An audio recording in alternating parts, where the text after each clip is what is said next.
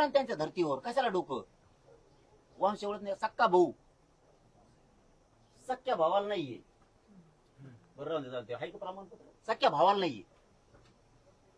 आता एक उदाहरण सांगतो, मला जेवढं माहिती आहे तेवढं, ते नाव घेतल्यामुळे बाकीच्यांना वाटण पुन्हा. मंगेश पोकळ्यांच्या पोराला दिलं आणि पुरीला नाही दिलं, याचा धंदा. शिरसाट साहेब बोलले, दुसऱ्या दिवशी सकाळी दिलं. ते मंत्री बिचारे, त्यांच्यावर उगाच ही करू नका तुम्ही, आमच्या या गप्पा होत्या.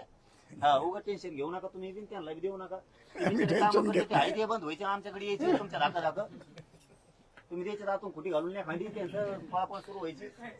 हा ना, तेच. हा, हेच. हा बघ, हे सख्य भाऊ आहेत. आता हे सख्य चुलत भाऊ, हे नारायण कदम आणि साहेबराव कदम. ते म्हणते तसं जमत नसतं. ते तुम्ही रक्ताला देताय ना, ओबीसी आरक्षण रक्ताचं सांगता ना, काय अडचण आहे भाऊ तुम्हाला? कमून रोखले जाण, पुरे राज्यातले रोखले. आता व्हॅलिट्यामुळे पोरांचं वाटलं व्हायला लागलं.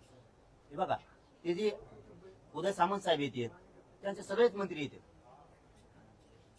तुमचे येतात, पण दिसत नाही त्या भाग.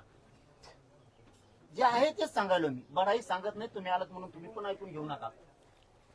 आजी दादांचे पण येतात, ते बिचारे प्रामाणिक काम करतात राव. तुम्ही जर त्यांच्यावर दम भरिला ना, तर समाजाचं वाटोळ होईल. कारण ते काम करतात, त्या अधिकाऱ्यांना फोन करून सांगतात काही काम असले, इतकी ऍक्शन ताबडतोब घेतात ती. म्हणून ते मराठ्यांच्या मनात गेले, बसले. तुम्ही बसा, आमचं भांडणच नाहीये. आणि ते तुम्हाला 70 रुपये सलवून राहू काय, त्यांच्या मागं लागतात दोघं, एकमेकांना मजान राहा. दोघं दोन भजे असले, दोघं अर्धा खाजा, मजान राहा तुम्ही तुमचं. कसं आलेत म्हणून त्यांना दोष देऊ नका, कारण ते हमेशाच येते. आणि मी एवढ्या कच्च्या कानाचा नाही की कोणाचं ऐकून आंदोलन करा. मला फक्त माझ्या समाजाचं हित दिसतं. नाही, त्याच्यावरती मी बोललोय. म्हटलं आमच्यात आपापसात मिठाचा खडा टाकू नका. कोणीतरी मला विचारला प्रश्न, तो तुम्ही टाकेला नाही मी नाही मिठाचा खडा? नाही, मला बरं टाकलं तुम्ही. तुम्ही म्हणले तू गेलाच कस काय? ते आलं स्टेशन मध्ये, बुललोड मध्ये नुसतं हगायचंच राहिले ते. तुम्हीच पातळ केलं, तुम्ही मिठाचा खडा नाही भलं वंजळ भर दिलं फेकून देऊन, दुसरं काय टाकलं, दुसऱ्याचा काय घंटा गुतलाय. तुम्ही दिलं टाकून ते आले रोड मध्ये, ते गरीबाचं काम करतात. हे बघा, मला आलेला अनुभव 5-6 मंत्र्यांचा, 7-8-10 मंत्र्यांचा, 5-6 बिल. उदय सामंत साहेब तुम्ही नुसतं काम सांगा, तो माणूस म्हणत नाही जाऊन दे तिकडं, तो म्हणणार ते करा बरं. त्याविषयी आलते लातूरला, एका पोरांचं नोकरी लागलं, त्याची व्हॅलिटी रोखली. ते म्हणले कम रोखेदार तुम्ही विनाकारण कमून लेकरायची वाटोळ करता. ते कामं करतात.